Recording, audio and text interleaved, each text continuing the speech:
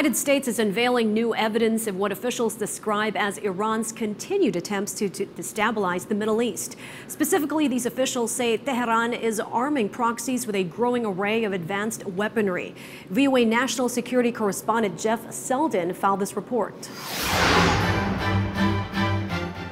From AK-47 ripoffs and rocket-propelled grenade launchers to sniper rifles and heavy artillery, fresh evidence, the United States says, of Iran's efforts to spread its malign influence. The Iranian threat is growing, and we are accumulating risk of escalation in the region if we fail to act. According to U.S. Special Representative for Iran, Brian Hook, nowhere has the threat been more alarming than in Yemen, where Iran's support of Houthi rebels has enabled them to repeatedly fire short-range ballistic missiles into Saudi Arabia. Pointing to the evidence now on display, U.S. defense officials say it's just the start. It's not just Saudi and Yemen, but it's a story of how Iran is proliferating these various weapon systems across the region and destabilizing the region. That includes Shia militias in Bahrain and Afghanistan and Pakistan, where Iranian small arms and rockets have made their way to the Taliban.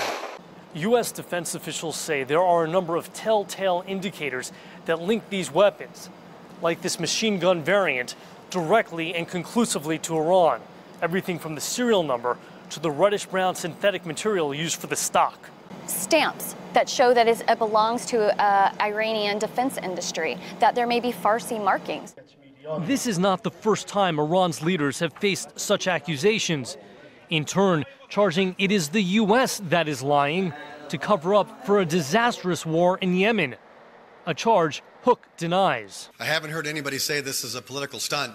This is simply putting out in broad daylight Iran's missiles and small arms and rockets and UAVs and drones. Still in question whether this latest U.S. push to highlight the spread of Iranian military hardware will change anyone's mind about Iran's regional rival, Saudi Arabia, under fire in Washington and around the world for the death of U.S.-based journalist Jamal Khashoggi. I get Yemen. I understand the strategic relationship between us and Saudi Arabia, but I'm not going to blow past this.